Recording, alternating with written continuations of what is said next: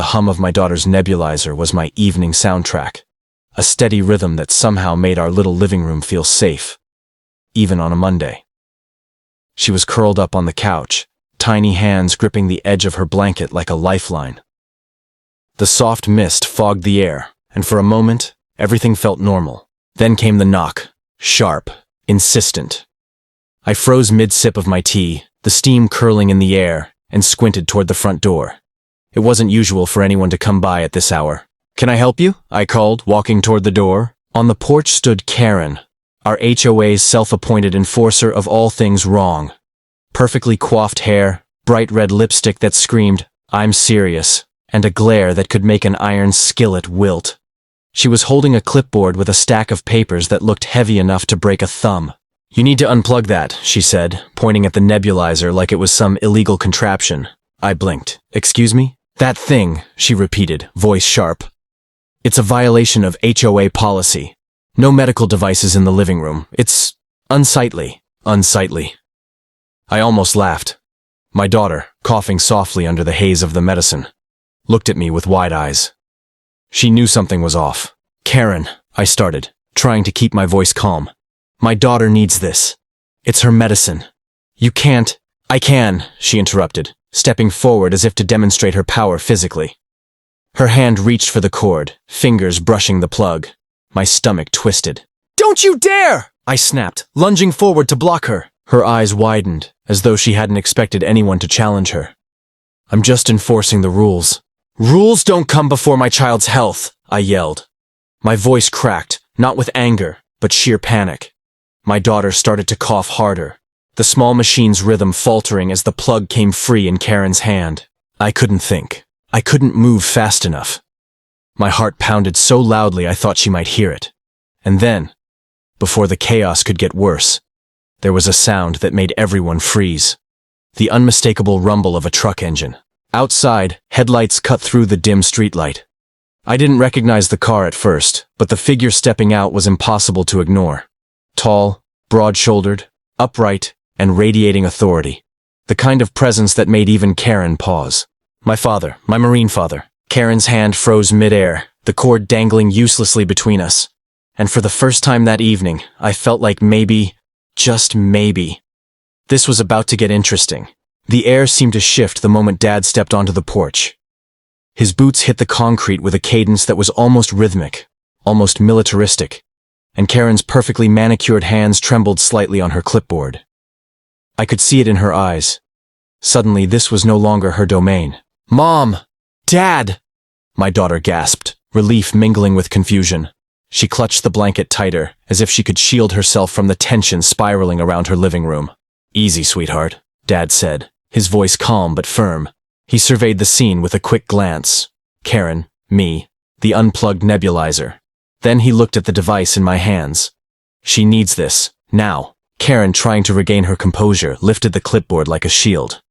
"I'm just enforcing the HOA rules. You cannot—" Dad cut her off with a raised hand, the kind of gesture that doesn't scream threat but demands obedience. "Step back," he said quietly, every syllable measured. "You're not touching that machine again. Understand?" Karen blinked, her mouth opening and closing like a goldfish. I have the authority." "You have no authority over my daughter's health," Dad replied, voice unwavering. The calm, deliberate control in his tone made the words feel heavier than any shouting could have. I moved closer to the couch, plugging the nebulizer back in while Dad stood between us and Karen, his stance a perfect blockade. My hands shook as the machine hummed to life again. My daughter sighed in relief, tiny shoulders finally relaxing. Karen's eyes narrowed, and for a moment, I thought she might escalate. Maybe she'd call the police. Maybe she'd start waving HOA bylaws around like a sword. But Dad wasn't just anyone. He exuded that Marine presence where you didn't question him. It's the kind of presence that makes rules, arguments, and even red tape feel meaningless. "Do you even realize what you're doing?" Dad asked, his gaze sharp but controlled. "You're threatening a child with a medical condition over a stupid policy. Do you know how serious that is?"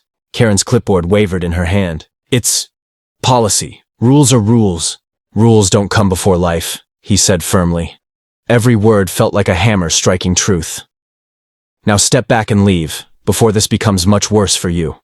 I could see the gears turning in Karen's head. Pride, anger, disbelief, all mixing into a storm cloud of frustration. She clenched the clipboard tightly, took a shaky step backward, then spun on her heels. I'll be back, she snapped over her shoulder, storming down the walkway like a character from a poorly scripted drama. Dad exhaled slowly, then looked at me. Are you okay? I nodded, relief washing over me in waves. My daughter's cough had slowed, the nebulizer mist dancing softly in the evening air. But despite the calm, a tension lingered, like the quiet before the next storm. I knew one thing for certain, Karen wasn't done, not by a long shot. The next morning, I tried to breathe like everything had settled. But of course, nothing involving Karen ever settles. By 8 a.m., I had a notification. A mandatory HOA meeting scheduled for that afternoon. In the invitation, they very politely suggested I bring any relevant documentation regarding my daughter's nebulizer. I groaned, setting my coffee down. Even reading the words made my blood pressure spike. Dad, you don't have to come, I said, half laughing, half panicked. It's HOA nonsense. Dad's expression didn't waver. I'm coming. You think I'd leave you to handle a Karen alone? By 3 p.m., the community room smelled faintly of disinfectant and fear. Chairs were arranged in rigid rows, and at the head of the table sat Karen, flanked by her tiny army of HOA board members. She looked like a queen preparing to execute a traitor, clipboard in hand, glaring like a hawk spotting prey. I walked in with Dad, and you could feel her panic before she even spoke. It's subtle, but she wasn't used to opposition, especially opposition that smelled faintly of marine authority. Good afternoon, I said, voice steady, trying to keep the tension from tangling in my throat. Karen's eyes narrowed. Let's get straight to the point, she said, every word sharp and clipped. Medical devices are not allowed in visible areas. Your nebulizer violates... Dad's voice cut through hers like a knife. She has a medical device for her daughter. You will not threaten a child over arbitrary HOA rules. Do you understand? Karen stiffened, the words slipping past her rehearsed lines. Her board members shifted uncomfortably in their seats. For the first time, Karen's confidence faltered. Well, it's policy, she stammered, clutching the clipboard like a lifeline. You're jeopardizing a child's health, Dad said, leaning slightly forward. His tone didn't need volume. Authority was built into every syllable. I suggest you rethink your priorities before this goes any further. Karen's lips pressed into a thin line. You could practically see the cogs in her mind turning. Denial, indignation, humiliation. Then, in a dramatic flourish, she slammed her clipboard on the table, papers fluttering like startled birds. I'll take this up with the board, she declared. The irony? She already was the board. Before anyone could respond, Dad gave me a calm nod. Let's leave before she tries something desperate. As we turned toward the door, I caught a glimpse of Karen through the glass panel. Her eyes were blazing, a mix of fury and defeat, plotting her next move.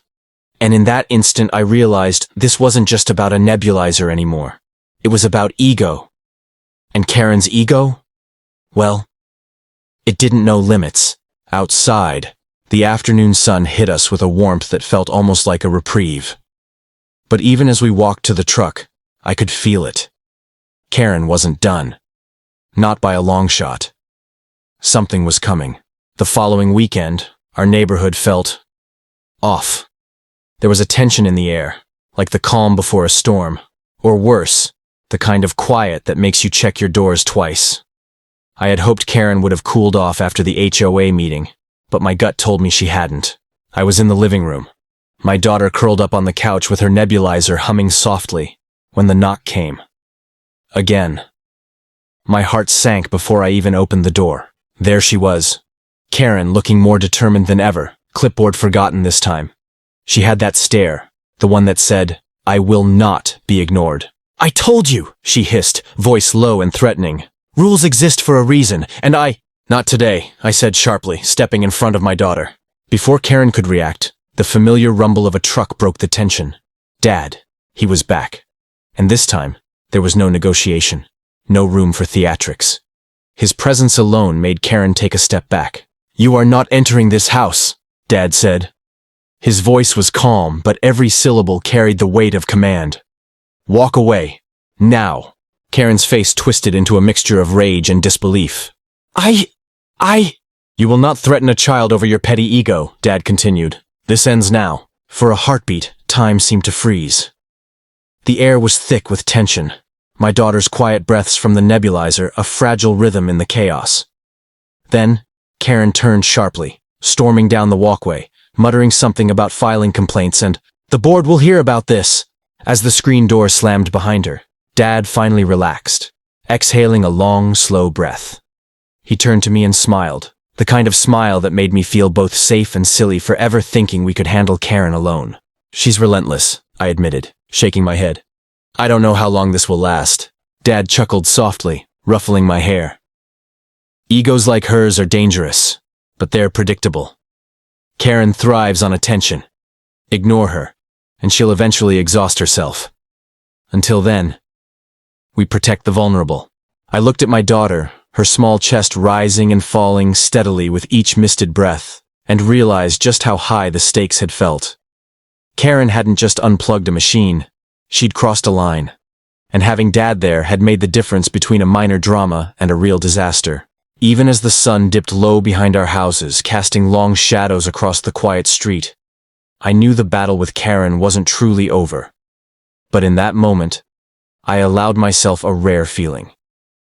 Relief. Because sometimes, the most unexpected heroes are the ones who show up when you need them most. And sometimes, they're Marines. If this story hit home, tap like, because ordinary people standing up can change everything. Subscribe to Karen Edition so you don't miss real moments of courage and justice. And tell me in the comments, how would you handle a Karen like this?